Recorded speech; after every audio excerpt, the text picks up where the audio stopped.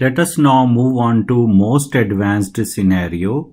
In this scenario, we are given growth rates, of course, but there are two brackets of growth rates given to us. So this scenario we will call it as two brackets of growth rates are given. So this company is going through a growth rate of 20% in year 1 to 3, from year 4 to 5, 10%, and then this growth diminishes and goes down to 8%.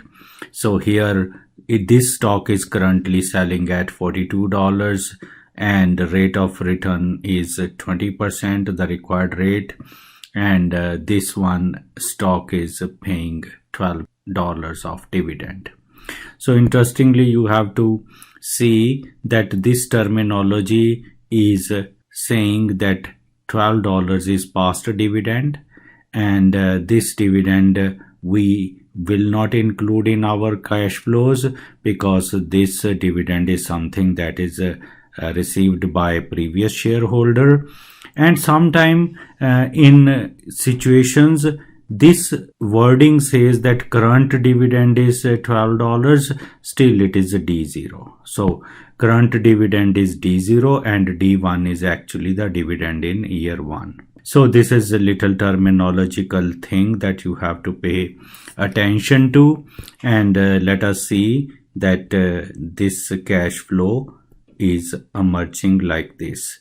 Year 1, year 2, year 3, this company is having 20% growth rate. 4, 5, these 2 years this company has a growth rate of 10%, and then in the 6th year this company stabilizes, although the growth rate reduces, but after that this growth rate is 8%. And this is now what is known as perpetual growth rate. So from year 6 onwards, the growth rate is perpetual growth rate. Now let us calculate the cash flows. Remember, the first cash flow is D0, which is $12, and it is a good idea not to include it in our cash flow list because otherwise we will accidentally end up including it in our cash flows. So what we will do is we will start from year 1 here. So year 1's year 1's dividend would be 12 times 1.2, which gives us $14.40. So for first year cash flow is $14.40. So we did not write D0 because this is not the cash flow that we will receive. So we intentionally avoided this one, and then times 1.2, because in second year the growth still stays 20%, so 17.28, and in third year times 1.2, 20.74 we will write here. And now fourth year the growth rate has reduced to 10%, so this time we will do times 1.1, and it is 22.81 I should write. And in fifth year it would be again times 1.1, it would be 25.09, and in sixth year it would be, now the perpetual rate has taken place, so it would be times 1.08, so it would be 27.097. so let us make it 27.10. So now perpetual growth rate has started. So that is why here we can calculate the price of this share in year 5. So value of this share in year 5 can be computed from this D6, and this D6 divided by R minus G would be the number 27.10 divided by R, which is 20%, 0.20, minus perpetual growth rate, which is 8%, 0.08. So we get this number here. So already we have 27.0978 on the calculator. We will just divide it by 0.20 minus 0.08, which is 0.2. So 27.10 divided by 0.20 gives us 225.83. 225.83. So these two cash flows are cash flows of year 5.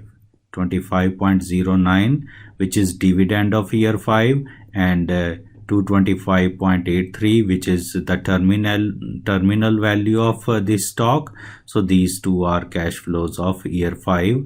Year 6 we won't consider, because year 6 dividend we will not be getting, because this clearly indicates that we will be selling the share at 225.83 in the year 5. So now we have these 5 cash flows, and we dividend for year 1, year 2, year 3, year 4, and then for year 5 this dividend plus the terminal value. These 5 cash flows we have to put in cash flow function and calculate the value of the stock, which is the net present value of all these 5 cash flows. Let us do it on calculator here. So dividend for year 5 is 25.09 plus 225.83. So this gives us 250.92, which is the cash flow for year 5, 250.92. So let us now use the cash flow function. Let us hit CF, and then 0th cash flow is 0, go down. First cash flow is $14.40, enter, down arrow, down arrow. Second cash flow is $17.28, enter, down arrow, down arrow. Third cash flow is $20.74, enter, down arrow, down arrow. Fourth cash flow is $22.81, enter, down arrow, down arrow. Fifth cash flow is the sum of these two, which came out to be 25.92. Sorry, 250.92 is fifth cash flow, enter, down arrow. And now we are to calculate NPV. It is asking for I, which is the required rate of return on equity, which is 20%, 20%, enter, down arrow. NPV is something we are trying to calculate, and we hit the compute button. So it comes out to be 147.84. So this stock is having the value of intrinsic value of 147.84, and since it is currently selling in the market for $42, so it is underpriced by $105.84, so which means it is definitely a good buy.